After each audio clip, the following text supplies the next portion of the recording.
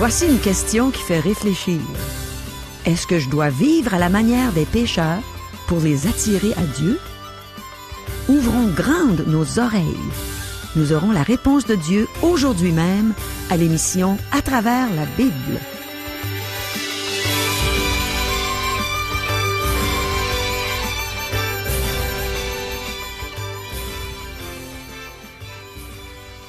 Bonjour, ici Caro. La parole de Dieu est vivante. Elle répond à toutes nos questions. Aujourd'hui, elle va répondre à celle-ci. Serait-il possible que mon cœur soit trompeur? Est-ce qu'il se peut que je vois les péchés des autres et que je ne vois pas les miens? Quand je veux parler du Seigneur avec un pécheur, est-ce que je dois pécher moi aussi pour qu'il se sente à l'aise avec moi? Est-ce que Dieu bénirait mes témoignages si j'annonçais sa parole en m'y conformant? Le Seigneur est au rendez-vous, mes amis. Écoutons les réponses qu'il va nous donner par la bouche du pasteur Régent Joly. Mais premièrement, prions. Seigneur, on sait que tu détestes le péché. Alors viens nous enseigner, Seigneur, à travailler avec un cœur pur, à nous éloigner du mal pour attirer les pécheurs à toi, pour qu'on soit bénis dans notre travail. On te le demande dans le beau nom de Jésus. Amen. À toi, Régent. Merci, Caro. Nous allons étudier le 38e chapitre de la Genèse, un chapitre qui nous révèle le péché de Judas. Premièrement, je vous fais remarquer que les fils de Jacob devaient être une piètre consolation pour celui-ci. Je pense que tous les fils de Jacob lui ont causé des soucis et des ennuis, sauf peut-être Joseph et Benjamin. Je tiens à vous le rappeler. Le cœur de Jacob fut brisé par la disparition de Joseph. Ceci nous montre que Jacob a passé trop de temps à Paddan Aram, à accumuler des richesses plutôt qu'à enseigner ses enfants. Rapportons-nous à ce texte biblique que nous avons déjà étudié, Genèse 18, verset 19. Je cite. « Car je l'ai choisi, afin qu'il ordonne à ses fils et à sa maison après lui de garder la voie de l'Éternel, en pratiquant la droiture et la justice, et qu'ainsi l'Éternel accomplisse en faveur d'Abraham les promesses qu'il lui a faites. » Cependant, Jacob a négligé ce devoir, puisqu'il était toujours aux prises avec l'oncle Laban. Il n'avait pas le temps de s'occuper de ses enfants. Des conséquences tragiques s'ensuivirent, car tous les fils de Jacob furent impliqués dans des actions immorales. Pourquoi la Bible nous raconte-t-elle le péché de Judas à ce moment-ci de l'histoire? Je propose 2 raisons. Premièrement, des noms que nous retrouvons dans ce chapitre se retrouvent dans la généalogie de Jésus-Christ au 1er chapitre de l'Évangile selon Matthieu. Cela nous montre que Jésus-Christ s'est joint à la race humaine à travers une lignée pécheresse. C'est ce qu'il a choisi de faire. Ensuite, c'est parce que nous retrouverons Joseph en Égypte au prochain chapitre, où Joseph a compris à travers les circonstances de sa vie que c'est Dieu qui l'y a envoyé pour y préparer la venue des enfants d'Israël. En fait, le véritable but n'était pas qu'ils aillent en Égypte, mais qu'ils sortent du pays de Canaan et qu'ils s'éloignent des Cananéens corrompus pour s'isoler dans le territoire de Goshen en Égypte. Si Jacob et ses fils étaient demeurés au pays de Canaan, ils se seraient corrompus comme les habitants du pays. Les Cananéens, qui étaient une abomination aux yeux de l'Éternel, exerçaient une influence sur les fils de Jacob. Ce chapitre prouve qu'il était nécessaire de retirer la famille de Jacob du pays de Canaan. Maintenant nous parlons de Judas, dont ses descendants formeront la lignée royale dans laquelle naîtra le Christ. Débutons cette fabuleuse histoire, ce récit que nous retrouvons dans Genèse 38, versets 1 et 2. En ce temps-là, Judas s'éloigna de ses frères et se retira vers un homme d'Adulam, nommé Hira. Là, Judas vit la fille d'un Cananéen nommé Shua. Il la prit pour femme et alla vers elle. Nous avons ici l'histoire de Judas. Bref, il allait vers un homme d'Adulam, probablement pour y traiter des affaires, et il vit la fille de Shua, un Cananéen. Verset 3. Elle devint enceinte et enfanta un fils qu'elle appela Er. Il eut une aventure avec elle, et elle devint enceinte et donna naissance à un fils qui fut nommé Er. Le nom convenait bien parce que Juda avait erré. L'enfant est le fruit d'un péché. Versets 4 à 6. Elle devint encore enceinte et enfanta un fils qu'elle appela Onan. Elle enfanta de nouveau un fils qu'elle appela Shéla. Juda était à Sib quand elle l'enfanta. Juda prit pour Er, son premier-né, une femme nommée Tamar. C'est ainsi que Tamar a obtenu sa place dans la généalogie de Christ. Verset 7. Er, premier-né de Juda, était méchant aux yeux de l'Éternel, et l'Éternel le fit mourir. Notez la conduite immorale que nous retrouvons dans la famille de Juda. Versets 8 à 10. Alors Juda dit à Onan, « Va vers la femme de ton frère, prends-la comme beau-frère, et suscite une postérité à ton frère. » Onan, sachant que cette postérité ne serait pas à lui, se souillait à terre lorsqu'il allait vers la femme de son frère, afin de ne pas donner de postérité à son frère. Ce qu'il faisait déplut à l'Éternel, qui le fit aussi mourir. Ceci correspond à ce que nous voyons aujourd'hui avec toute l'importance que nous attachons au domaine sexuel. Juda et ses fils y attachaient aussi beaucoup d'importance. Verset 11. Alors Juda dit à Tamar, sa belle-fille, « Demeure veuve dans la maison de ton père, jusqu'à ce que Shéla, mon fils, soit grand. » Il parlait ainsi dans la crainte que Shéla ne meure comme ses frères. Tamar s'en alla, et elle habita dans la maison de son père. À cette époque, chers amis, selon la coutume, un homme devait épouser la femme de son frère si celui-ci mourait sans laisser de postérité. Onan a refusé de donner une postérité à son frère, et Dieu l'a frappé. Maintenant, Juda demande à Tamar de retourner chez son père jusqu'à ce que son plus jeune fils soit en âge de l'épouser. Revenons à notre texte. Lisons ensemble les versets 12 et 13. Les jours s'écoulèrent, et la fille de Shua, femme de Juda, mourut. Lorsque Juda fut consolé, il monta à Timna, vers ceux qui tondaient ses brebis, lui et son ami Hira, l'Adulamite. On en informa Tamar, et on lui dit, « Voici ton beau-père qui monte à Timna pour tondre ses brebis. » Les relations entre Hira et Juda ont un rapport avec l'élevage des moutons. Maintenant, les frères ont d'énormes troupeaux et Juda se rend à Timna pour tondre les brebis. Verset 14. Alors elle ôta ses habits de veuve, elle se couvrit d'un voile et s'enveloppa, et elle s'assit à l'entrée d'Énaïm, sur le chemin de Timna, car elle voyait que Shéla était devenu grand et qu'elle ne lui était point donnée pour femme. Shéla est, bien entendu, le troisième fils de Juda. Tamar se rend compte que Juda n'a pas vraiment l'intention de la donner à Shéla comme épouse. Poursuivons, verset 15. Juda la vit, et l'a pris pour une prostituée, parce qu'elle avait couvert son visage. Tamar a ôté ses vêtements de veuve et s'est déguisée en prostituée. Tiens. Poursuivons notre histoire, verset 16. Il l'aborda sur le chemin et dit, « Laisse-moi aller vers toi. » Car il ne connut pas que c'était sa belle-fille. Elle dit, « Que me donneras-tu pour venir vers moi? » Juda commence à faire des avances à Tamar, tout comme il l'a fait avec sa mère, une femme cananéenne. C'est une triste et sombre scène que nous avons devant nous. Tamar a vu une occasion de rouler Juda et elle l'a saisi. Versets 17 à 20.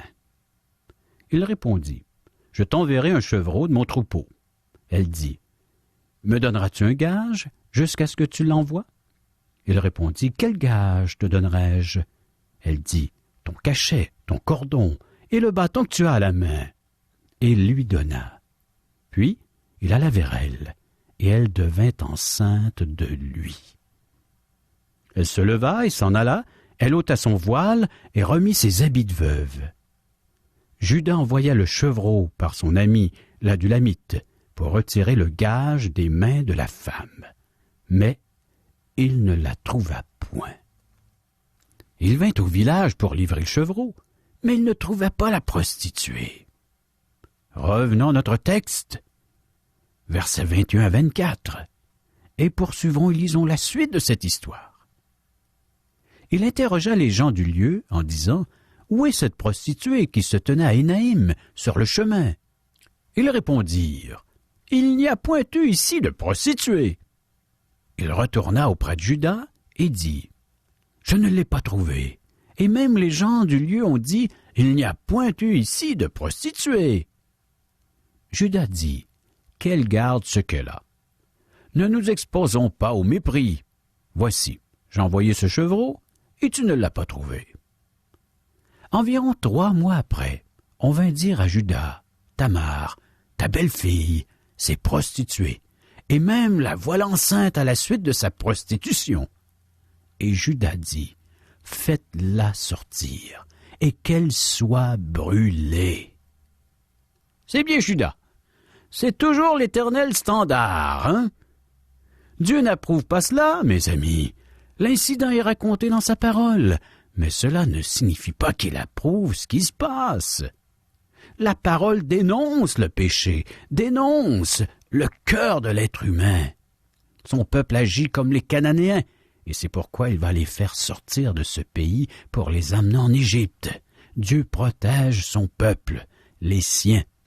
Il va les séparer et les isoler dans le territoire de Gozen pour les soustraire à cette influence néfaste.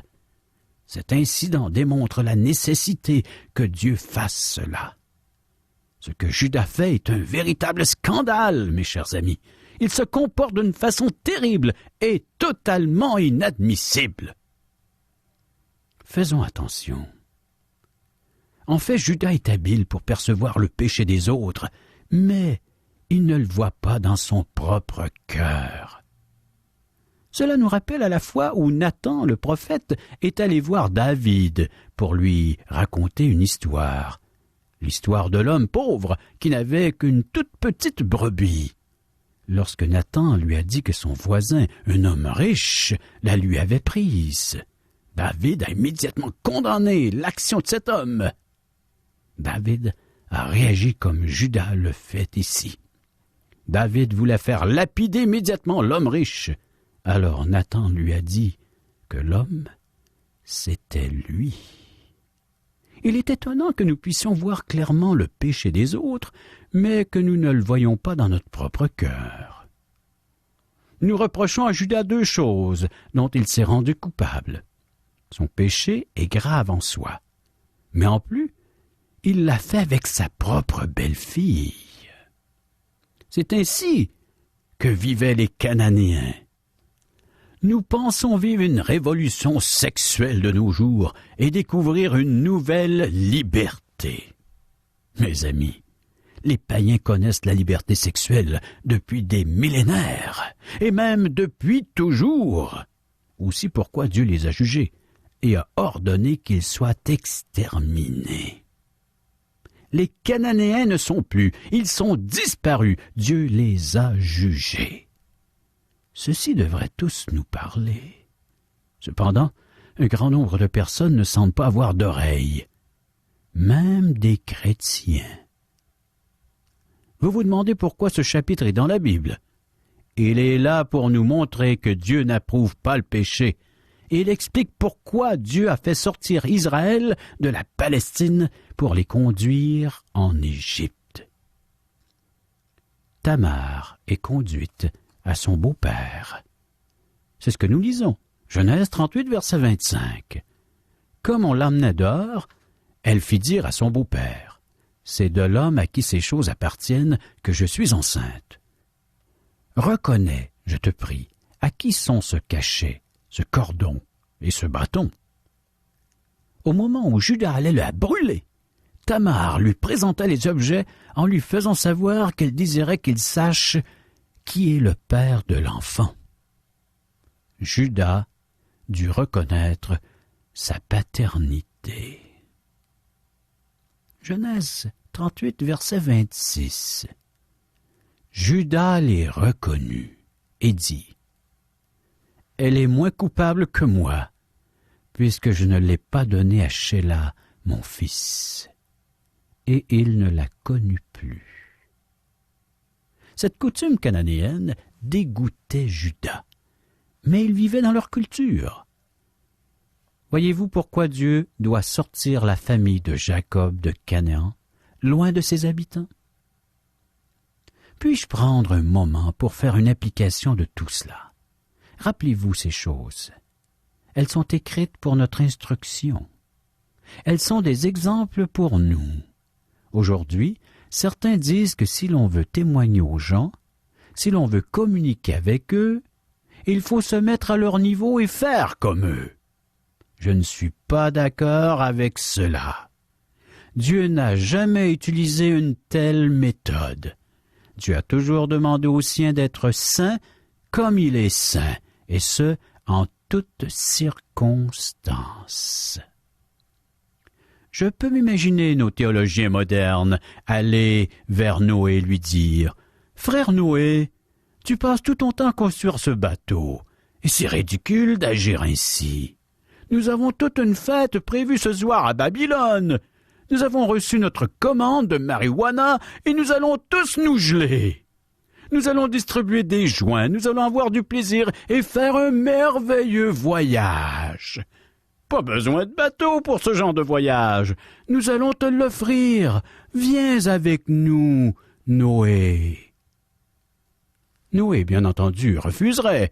Alors les théologiens lui demanderaient « Comment comptes-tu toucher la communauté épie de Babylone? Comment vas-tu transmettre ce message divin?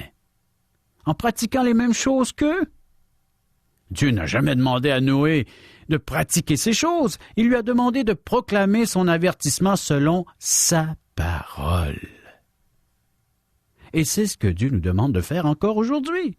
Je suis persuadé que si le peuple de Dieu enseignait sa parole tout en s'y conformant, Dieu bénirait cette parole par des conversions.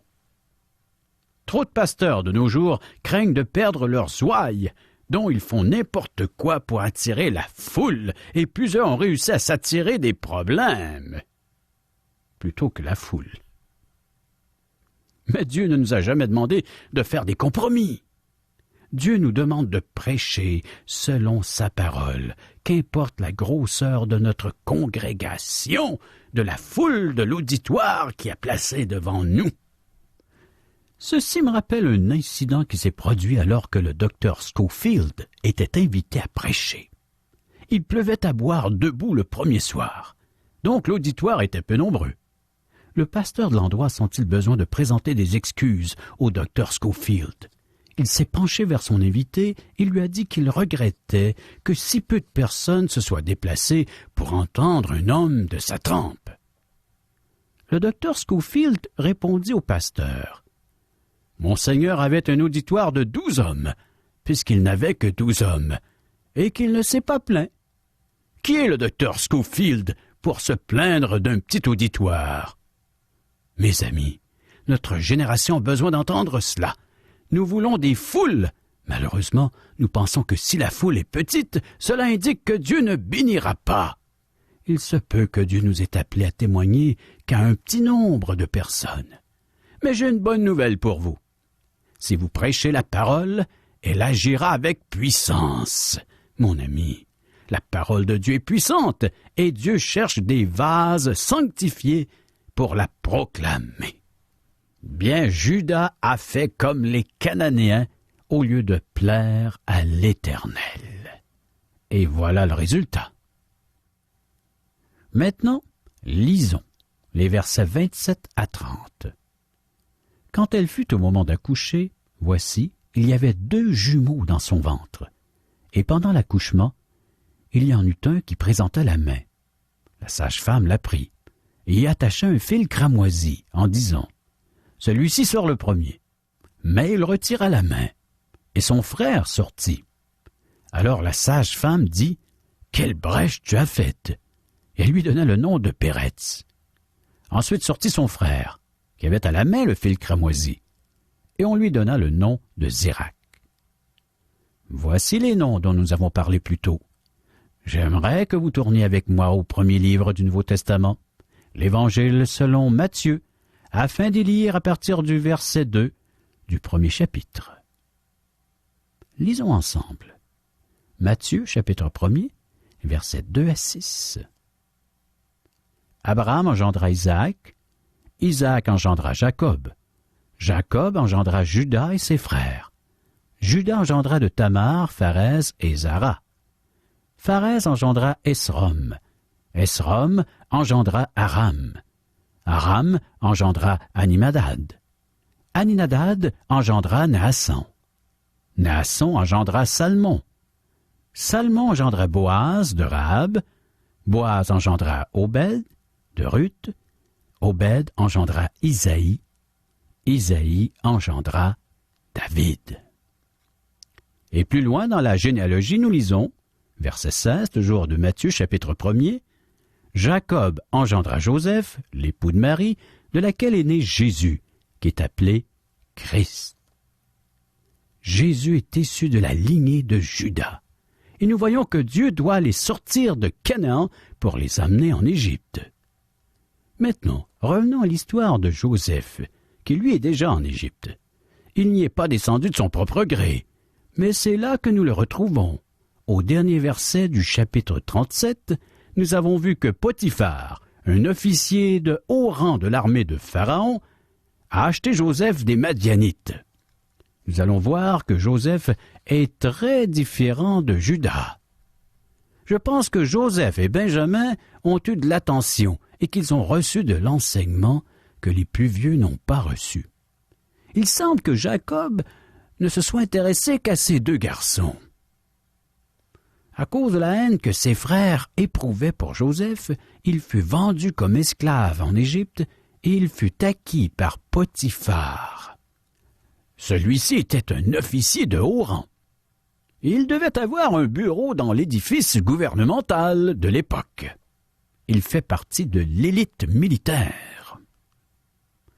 On débute Genèse 39 en lisant les 2 premiers versets de ce nouveau chapitre. On fit descendre Joseph en Égypte, et Potiphar, officier de Pharaon, chef des gardes égyptiens, l'acheta des Ismaélites qui l'y avaient fait descendre. L'Éternel fut avec lui, et la prospérité l'accompagna. Il habitait dans la maison de son maître, l'Égyptien. Nous ne pourrons pas aller plus loin aujourd'hui. J'aimerais cependant attirer votre attention sur un détail très important. Premièrement, la Bible ne nous dit pas que Dieu est personnellement apparu à Joseph. Cependant, nous avons plus de preuves que Dieu contrôlait et dirigeait sa vie comme nous en avons pour les autres personnages de la Genèse. Dieu est apparu aux 3 autres patriarches, mais pas à Joseph. Mes chers amis, c'est à suivre. Préparons-nous pour la prochaine émission en lisant Genèse 39. Merci, Régent. Je pense qu'on a bien compris que notre cœur est vraiment trompeur. D'ailleurs, Jérémie nous le dit clairement. Au chapitre 17, verset 9, il dit « Le cœur est tortueux par-dessus tout et il est méchant. Qui peut le connaître? » Je me suis fié à mon cœur, moi, pendant 30 ans, puis il m'a amené à la ruine spirituelle. Puis vers la fin de cette période de ma vie, je me souviens, j'ai essayé de lire la Bible, puis je comprenais absolument rien. Puis plus tard, quand j'ai connu le Seigneur à ma conversion, j'ai ouvert la Bible, puis je la comprenais. Alors j'avais besoin de l'Esprit Saint, j'avais besoin du Seigneur. Sans lui, j'étais vraiment dans la ruine. Puis une autre chose qui est arrivée aussi à ma conversion, je croyais qu'on ne péchait plus jamais. Puis je me souviens, à un moment donné, j'ai vu des gens qui s'étaient convertis comme moi, puis j'ai remarqué qu'il y avait des péchés dans leur vie. Puis ça m'a scandalisé. Jusqu'au jour où moi-même, j'ai vu que j'étais encore une pécheresse. J'ai vu qu'il ne fallait pas que je juge les autres. Et le Seigneur veut qu'on s'éloigne du mal, mais on reste des pécheurs quand même. Mais quand j'ai vu mes péchés, en tout cas, je vous dis que ça m'a donné tout un coup. On a appris aussi aujourd'hui que c'est pas en péchant qu'on va attirer les pécheurs à Dieu. Ça me rappelle une belle prière de Jésus à son Père dans Jean 17,15, là où il dit « Je ne te prie pas de les ôter du monde, mais de les préserver du mal. » Aujourd'hui, je suis dans le monde, mais Jésus me préserve du mal. Mais il faut que je veuille, par exemple. J'ai remarqué qu'il faut quand même s'éloigner du péché, faire tous nos efforts, prier, lire dans la parole, parce que c'est la parole de Dieu qui nous fortifie, qui nous donne plein de force contre le mal. Et puis j'ai vu que aussi, il faut avoir une conduite sainte. Le Seigneur a dit, vous êtes saints, car je suis saint. Fait que je sais qu'il s'attend qu'on ait une conduite sainte. Et par cette pureté, par cet amour aussi que Dieu met dans notre cœur, voilà le moyen d'attirer les gens à lui. Pas de les attirer à nous-mêmes, de les attirer à lui. Lui, le Seigneur Jésus est venu sur la terre, puis il n'a jamais péché. Quel modèle il a été pour nous, en plus d'être notre sauveur, en plus d'avoir pris tous nos péchés sur ses épaules, de les avoir cloués avec lui sur la croix. Alors, je sais que Dieu s'attend à ce qu'on ait une conduite sainte en tout temps. Et quand on vit dans le bien, on fait ce qui est bien, puis on se tient avec les gens qui ne connaissent pas encore Dieu. Ils finissent par le remarquer, puis à désirer. Je me souviens, moi, la personne qui m'a parlé du Seigneur, elle avait une conduite sainte. Elle parlait de paix, puis je voyais la paix dans ses yeux. Elle parlait d'amour, elle agissait avec amour envers son prochain. Et elle parlait du péché comme étant une chose que Dieu déteste. Et puis, on voyait qu'elle-même, elle détestait le péché, qu'elle marchait droitement devant Dieu, elle était honnête, avec des sentiments purs. Et puis, elle était un exemple pour moi. Alors, j'avais envie d'être comme elle. C'était tellement beau de la voir marcher dans les voies de Dieu. Alors, à nous, chrétiens, d'avoir une conduite sainte, afin que les gens, même s'ils parlent contre nous, ils voient quand même qu'on est des enfants de Dieu, qu'on porte la semence de Jésus-Christ dans nos cœurs et qu'on vit la parole de Dieu dans nos vies. Alors, je t'encourage, mon frère, ma sœur, à t'éloigner du péché, à être un modèle pour les gens, pour qu'ils désirent avoir la même vie que toi. Alors, continuons à marcher droitement dans la parole de Dieu, à nous éloigner du péché, à faire ce qui est bien devant Dieu et devant les hommes.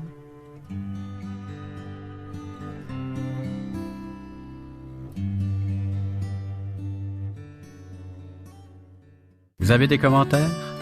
Des questions? Vous aimeriez savoir ce que la Bible a à dire sur tel ou tel sujet?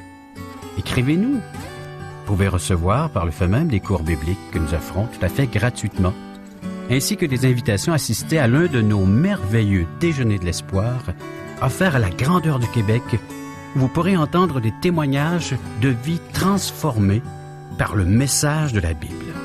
Pour en connaître les dates et les endroits où auront lieu ces déjeuners, pour nous rejoindre, un des membres de l'équipe d'Aujourd'hui l'Espoir est disponible à recevoir vos commentaires. Vous composez le numéro de téléphone suivant, 1-877-l'Espoir, 1-877-l'Espoir, ou via notre site Internet www.espoir.ca, ou bien vous nous écrivez à Aujourd'hui l'Espoir, 6640 3e Avenue Ouest, Charlebourg, Québec, le code G1H 6H4. Ici, Régent Joly qui vous dit à demain.